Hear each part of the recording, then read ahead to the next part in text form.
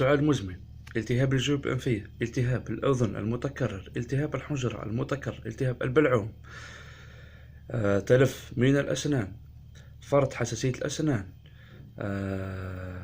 رائحة فم كريهة، تليف رئوي غامض، كلها تكون سبب الارتجاع المرئ. ولهذا إن كنت تعاني من ارتجاع محتوى المعدة للمرئ فبادر بعلاجه قبل أن يتطور ويسبب ما تم ذكره. والسلام عليكم.